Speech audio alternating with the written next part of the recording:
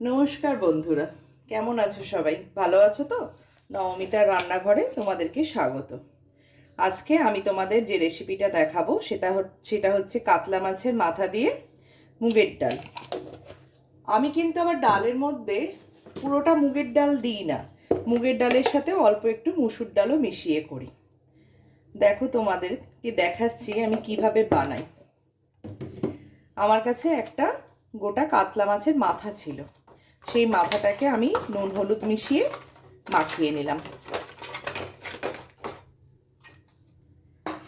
এবার কড়াইটা বসালাম, তার মধ্যে আমি 200 গ্রাম মতো মুগের ডাল নিয়েছি, কড়াইয়ে দিয়ে দিলাম। গ্যাসটা জ্বালিয়ে হালকা রোস্ট করে নেবো আমি ডালটাকে।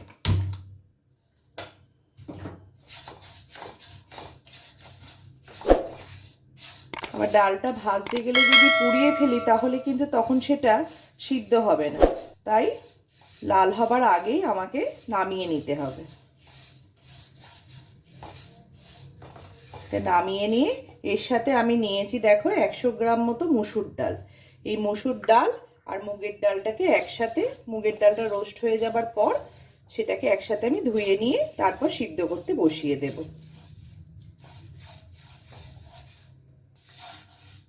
দেখো হালকা রোস্টেড হয়ে গেছে। এবার এর মধ্যে মসুর ডালটা মিশিয়ে একসাথে দুটোকে আমি ধুয়ে নেব।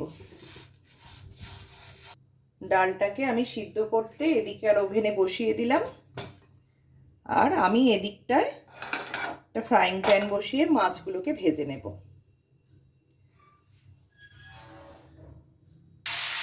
মাছের মাথাটাকে এখানে আমি ফ্রাই করতে দিয়ে দিয়েছি, আর ওদিকে ডালটাও আমার সিদ্ধ হতে দিয়েছি। ততক্ষণে আর আমার এর মধ্যে লাগবে হচ্ছে একটা ছোট বোলে, মানে মোটামুটি দুটো মিডিয়াম সাইজের পেঁয়াজকে আমি ছোট ছোট করে কুচিয়ে নিয়েছি। আর লাগবে একটা মিডিয়াম সাইজের গোটা পেঁয়াজ, যেটাকে আমি মিক্সিং জারের মধ্যে দিয়ে দেব। একটু রসুন কুচি দেব, 6-7 কোয়া মতো রসুন কুচি। আর এর মধ্যে দেব হচ্ছে গোটা গরম মশলা, এই যে ছোটো এলাচ, লবঙ্গ আর দালচিনি, আর অল্প একটু গোটা জিরে। এই যে এবার আর দেব এর মধ্যে দুটো টমেটো, এই যে দুটো টমেটো দিয়ে দিলাম, দিয়ে এটাকে একসাথে ব্লেন্ড করে নেব। মাছের মাথাগুলো আমার ভাজা হয়ে গেছে, এগুলোকে আমি তুলে নিলাম। নিয়ে এবার এই তেলের মধ্যেই আমাকে ফোড়ন দিতে হবে। ফোড়নের জন্য আমার লাগবে হচ্ছে শুকনো লঙ্কা। আমি দুটো শুকনো লঙ্কা দিলাম, দুটো তেজপাতা দিলাম, আর একটু গোটা জিরে দিলাম।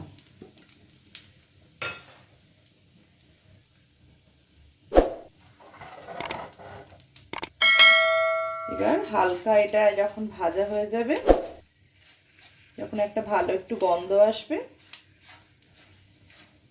তখন এর মধ্যে দিতে হবে আমাকে পেঁয়াজ কুচানোটা।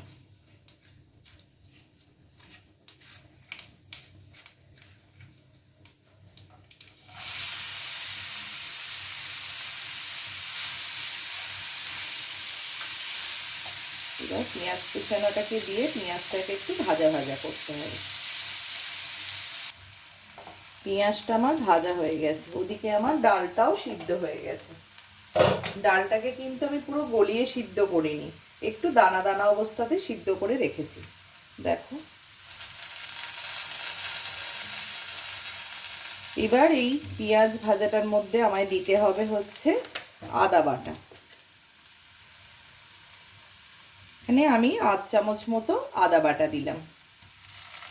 তোমরা আদা রসুনটার সাথেও পেস্ট করে দিতে পারো। আদা বাটাটা আসলে আমার আলাদা করে বাটা থাকে বলে সেই জন্য আমি আর পেস্টের সাথে মেশাই না। এবার এর মধ্যে যে রসুনের পেস্টটা করে রেখেছিলাম, রসুন, টমেটো, জিরে দিয়ে যে পেস্ট করেছি, সেই পেস্টটা এর মধ্যে দিয়ে দেব।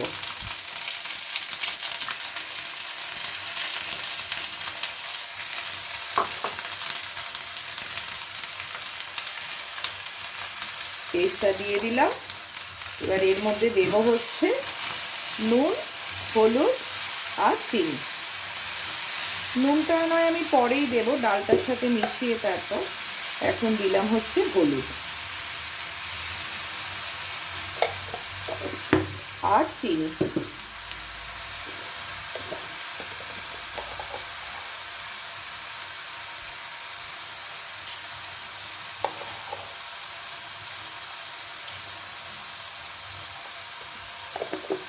দু চামচ মতো নিলাম চিনিটা। এবার এই মশলাটাকে ভালো করে কষিয়ে নেব।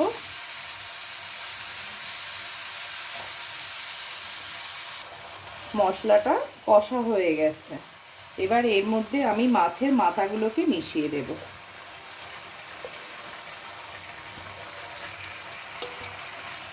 দিয়ে মাছের মাথাগুলো এর মধ্যে দিয়ে একটু ভালো করে কষে নেব। কষে তারপর ডালটার সাথে মেশাবো। অনেকে মাছের মাথাকে ভেঙে দেয়, আমি মাছের মাথাকে ভাঙি না। আসলে ভাঙলে আমার মনে হয় ডালটায় না পুরো কাঁটা ভর্তি হয়ে যায়, সেই জন্য এই গোটা অবস্থাতেই রেখে দিই।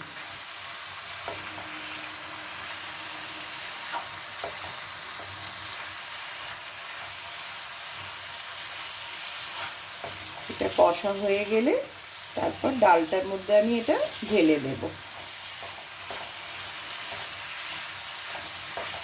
দিয়ে নুন দিয়ে দেব।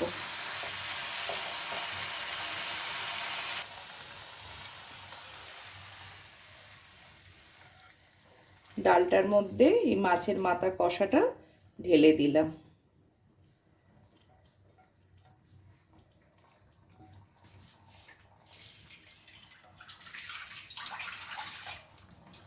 আর এই এক বাটি মতো জলও আমি এর সাথে মিশিয়ে দিলাম।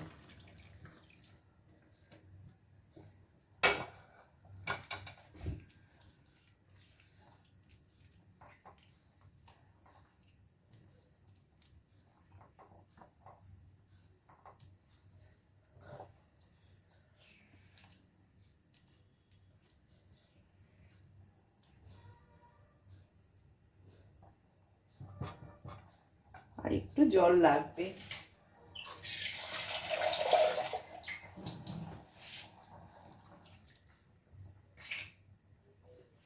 এবার এর মধ্যে আমি নুন মিশিয়ে দেব।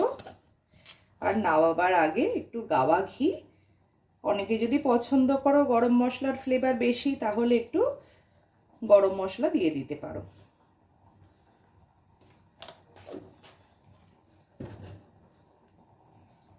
এবার এটা ফুটে উঠলেই রেডি হয়ে যাবে আমাদের মাছের মাথা দিয়ে ডাল, মুগের ডাল।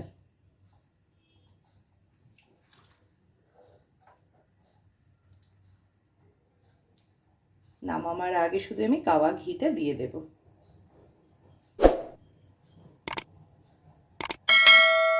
দেখো আমার তৈরি হয়ে গেছে মাছের মাথা দিয়ে মুগের ডাল।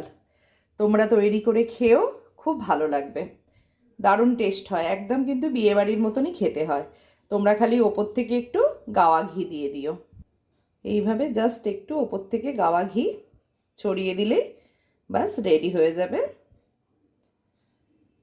তোমরা বানিয়ে খেও, আর খেয়ে আমাকে কমেন্ট করে প্লিজ জানিও কেমন হয়েছে।